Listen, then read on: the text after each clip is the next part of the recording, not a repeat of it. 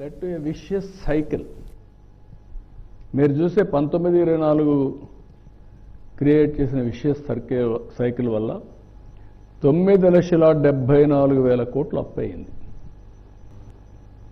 కడాన zero debt sustainability నీతి ఆయోగ్ ఇచ్చారు, report ఇచ్చారు, ఫిజికల్ హెల్త్ ఇండెక్స్ ఇచ్చి 23-24లో ఆంధ్రప్రదేశ్ జీరో డెట్ సస్టైనబిలిటీ. నువ్వు అప్పు తీసుకోవడానికి వీల్లేదు, తీసుకుంటే తిరిగి రీపే చేయలేవు.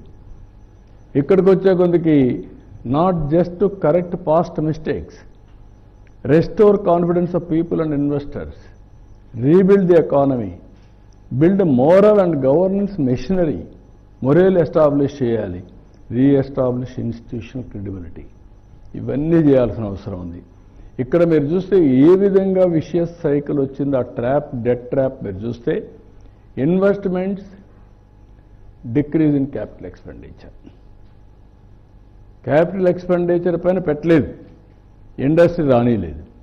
ఇంకొక పక్క sub optimal growth, stagnation resource base, growth తగ్గింది, ఆదాయం తగ్గింది, ఖర్చులు పెరిగాయి, ఆటోమేటిక్ రిసోర్స్ బేస్లో కూడా స్ట్రెయిన్ వచ్చింది.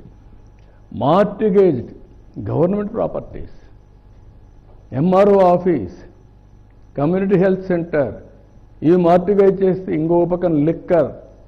ఆ రోజు చెప్పింది ఏంటి, లిక్కర్ నేను బ్యాన్ చేస్తే తప్ప మద్యపాన నిషేధం చేసి ఓటుకొస్తాను, లేకుంటే మీరు ఓటు వేయొద్దండి అని చెప్పి దాన్ని తాకట్టు పెట్టి 25 ఏళ్ళకి డబ్బులు తీసుకొచ్చారు. Then high debt service cost. దీంతో ఏమైంది, ఎవరన్నా అప్పు ఇవ్వాలంటే మీ రాష్ట్రం దివాలా తీసింది కాబట్టి రేట్ ఆఫ్ ఇంట్రెస్ట్ పెంచేశారు. నేచురల్లీ ఎవరైనా పని చేస్తారు. ఇంకొక పక్క సెంట్రల్ గవర్నమెంట్ ఫండ్స్ అని ఇది జరిగింది కాబట్టి, ఎక్కడ డబ్బులు లేవు కాబట్టి సెంట్రల్ గవర్నమెంట్ ఇచ్చిన డబ్బులు డైవర్ట్ చేసేశారు. వచ్చిన డబ్బులంతా ఊడ్చిన తర్వాత సిఎస్ఎస్ ఇస్తే అది డైవర్ట్ చేస్తే వీళ్ళ కోసం ఒక చట్టాన్ని తీసుకొచ్చి రాబోయే రోజుల్లో సిఎస్ఎస్ అన్ని కరెంట్ అకౌంట్లో పెట్టాలి, మీ అకౌంట్లో వేసుకోవడానికి లేదు అని పెట్టే పరిస్థితి, స్టేట్ గవర్నమెంట్లో పెట్టడానికి వీలేదనే పరిస్థితి వచ్చారు. దీనివల్ల అంతా కూడా మీరు చూస్తే reduced unpaid liabilities burden. Now lot of energy efforts is going on in setting things right. ఇది కరెక్ట్ చేయడానికి చాలా టైం పడతా ఉంది, నాకే అర్థం కాలేదు. ఇప్పుడిప్పుడు నిలదొక్కునే పరిస్థితికి వస్తున్నాం. Reduced unpaid liabilities burden, reduced interest rates, set right central government funds and schemes, physical consolidation efforts are going on. Next, ఇక్కడ ఇవన్నీ తీసుకున్నాక this is the approach you have taken. ఈ అప్రోచ్లో మల్టీ ప్రొలాంగ్డ్.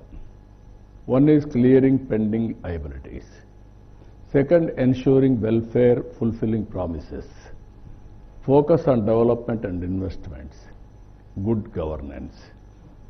ఇక్కడ 3 బడ్జెట్లు పెట్టాం. 3 బడ్జెట్లు మీరు చూస్తే 24-25 correcting budget to recover from shocks of previous regime misgovernance. ఆ ఇయర్ అంతా దానికి సరిపోయింది. 25-26 స్వర్ణ ఆంధ్రప్రదేశ్ విజన్ 2047 తయారు చేశాం. 10 ప్రిన్సిపల్స్ పెట్టుకున్నాం. దాని మీద క్లియర్గా ఏ ఇయర్ ఏం జరుగుతుందో దాని మీద పెట్టాం. 26-27 balanced regional development through special initiatives for development for 3 economic regions తయారు చేశాం. 3 రీజియన్స్ పెట్టుకొని ముందుకు పోతున్నాం. నెక్స్ట్, ఒక్క క్లియరింగ్ పెండింగ్ బిల్స్ నెక్స్ట్ చూస్తే 48,616 రూపాయలుంటే అది 29,259 తగ్గించాం. దగ్గర 28,000 కోట్లు పే చేశాం. 29,000 కోట్లు పే చేశాం. క్లియరింగ్ ఎంప్లాయీస్ డ్యూస్ 30,849 కోట్లు పే చేశాం. గ్రాట్యుటీస్ కానీ, CPS contribution, provident fund, APGLI schemes, medical reimbursement అన్నీ కలిపి. Third one